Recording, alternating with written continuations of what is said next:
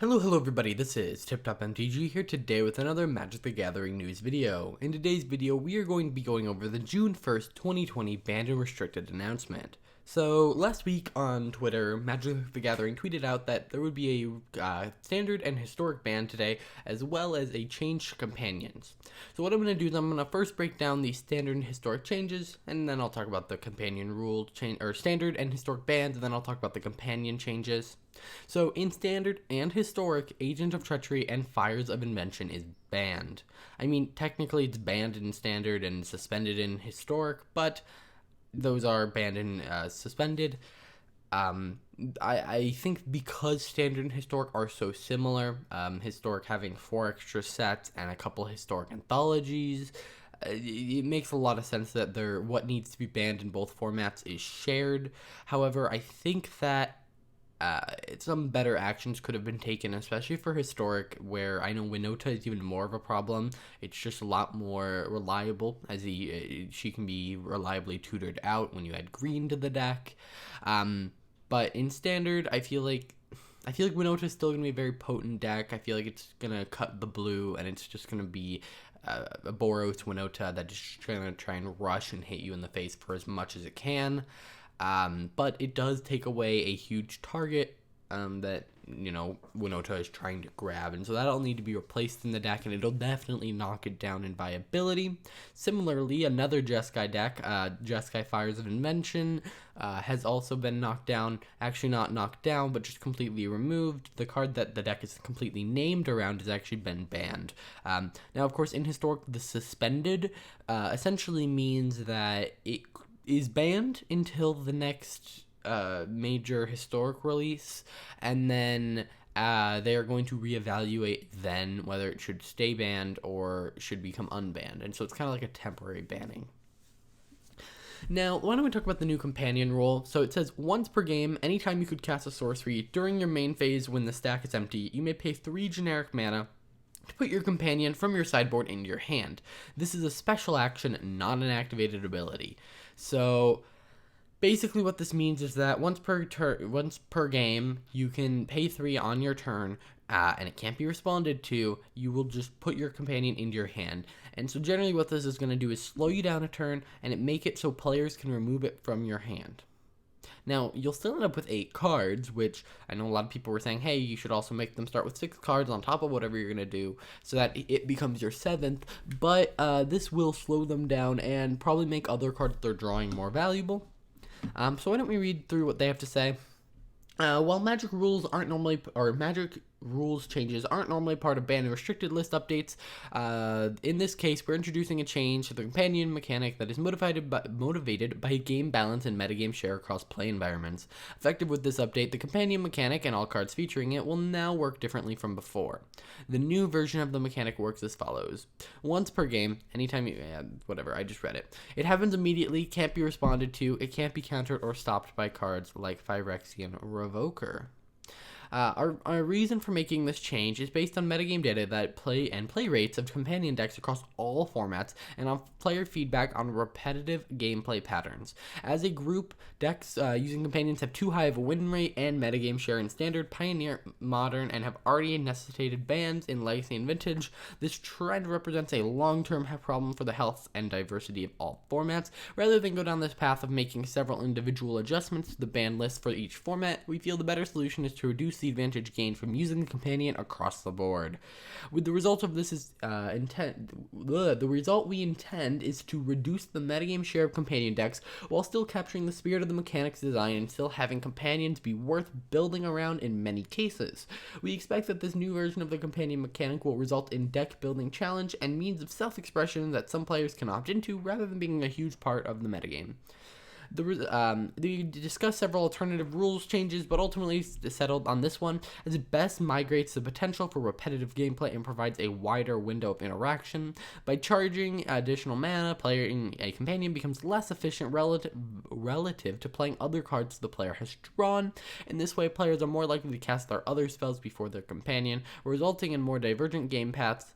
Next, this additional mana will often slow down the companion by a turn, allowing the opponent to interact with it while while in the companion player's hand, or otherwise giving the opponent an additional turn to plan ahead before the companion hits the battlefield. It is rare that we use a rules change to address metagame balance, and this isn't something we have planned to do in the future. In this case, the issue wasn't with one individual card, but rather the companions as a whole. We believe the solution is preferable to potentially needing to make multiple bans across different formats over time. Okay, that was a lot to go over, but basically they're saying, normally we don't change things, but we're changing it, and this should slow down players, make it less competitive, but still allow you to play with the mechanic if you want. Alright, let's go into standard. At the end, I'm going to talk about my thoughts, my overall thoughts after reading everything they say. Over the course of the last several weeks, Fires of Invention decks have risen to a dominant win rate and metagame presence in standard, achieving 55% win rate and having even or favorable matchups against each of the top other 10 archetypes. This indicates that metagame forces alone aren't sufficient to keep the deck in check. In addition, as we craft and test future environments, we found the card Fires of Invention to be a significant design and balance constraint. Because of the flexible nature of the cost reduction effect, Fires of Invention decks would continue to gain power as new high mana cost spells are added to the environment. As new sets have been released, we've seen the win rates of Fire of Invention decks increase compared to past standard metagame environments. So yes, that is true. Anything that has a restrictive cost to it is kind of nullified by Fires of Invention, hence why you see Fires of Invention running things like Bolas, which aren't really in its colors. I mean, it's just adding black, but yeah. Because of the Fires of Invention deck's current high win rate and metagame share, and the risk and design constraints it poses to the environment going forward, Fires of Invention is banned in standard. Now, what's interesting about this is I feel like this should have been banned a while ago, but it's part of one of their precons, their Fires Challenger decks. Now, one of those decks is just not a deck anymore. You can't use it, and the main engine of it is not functional. So, yeah. Next, we've recently seen a rise in archetypes that use either Luca, Coppercoat Outcast, or Winota join our forces to put Agent of Treachery directly into play. While part of this design intent of these cards was to provide ways to deploy powerful, high mana cost creatures, we've observed that they've been used to play an early Agent of Treachery can be uniquely frustrating to play against and difficult to come back from. The effect of stealing any land or key cards when at a high play rate reduces diversity in the metagame. Decks built around unique permanents or big creatures have less chance to succeed when an opponent can steal their key cards without specific deck building intent. Therefore, in order to allow for more comeback potential against Luca and Winota decks, and to promote deck building diversity in standard, Agent of Treachery is banned. Okay. Agent of Treachery. It started as a, wow, this is really expensive, why are we going to use this? Went into a, let's reanimate it. Then was like, hey, let's blink it with Thassa. Then we got Luca, Winota, natural cast, super ramp, all sorts of craziness that we have now. I think that banning Agent of Treachery was probably I don't know if it's the wrong or right move. I mean, Winota's decks are still going to be very powerful. Of course, like I said, this does knock it down a few notches. And Luca decks, those probably won't exist anymore. The whole point was that it could go steal anything at any point. So I don't think that this is still going to exist. I don't know what the next biggest creature is. Now, Winota decks need to be specifically humans, which is much more specific as to finding the next biggest creature. I could see Luca decks, at least in Historic, because that it's also banned in Historic, going for, I don't know, Ulamog. So, I don't know if this was the right ban, especially in Historic. But in Standard, it'll be interesting to see how these decks do. Luca obviously isn't limited to just humans, so we'll have to see what the next biggest creature is. Is it? I don't know what it is. We'll have to really see what can be cheated out, and if that is the case, this feels very similar to Aetherworks Marvel and the Eldrazi Titans, where it was really the engine that needed banning, not the card that they cheated out. But this has been part of the metagame since Core Set 2020, and so I think it makes sense to ban it. I don't know if Winota is going to need a ban just because she is a super fast card, but I don't know. For similar reasons as Standard, we are choosing to suspend Fires of Invention and Agent of Treachery in Historic. We will continue to watch Historic grow and monitor the evolution of these cards in the metagame. We will, in the future, reevaluate whether it's appropriate to unsuspend each of these cards or whether suspensions become bans. Okay. Now, this is just standard procedure for MTG Arena player collections and packs and ICRs and events. Just a note, by the way, because this happens every time something gets banned. If you are currently in a constructed event and you have a card that is banned in your deck, you can continue to play with it. So if you see it on your opponent's board, don't be confused. Okay.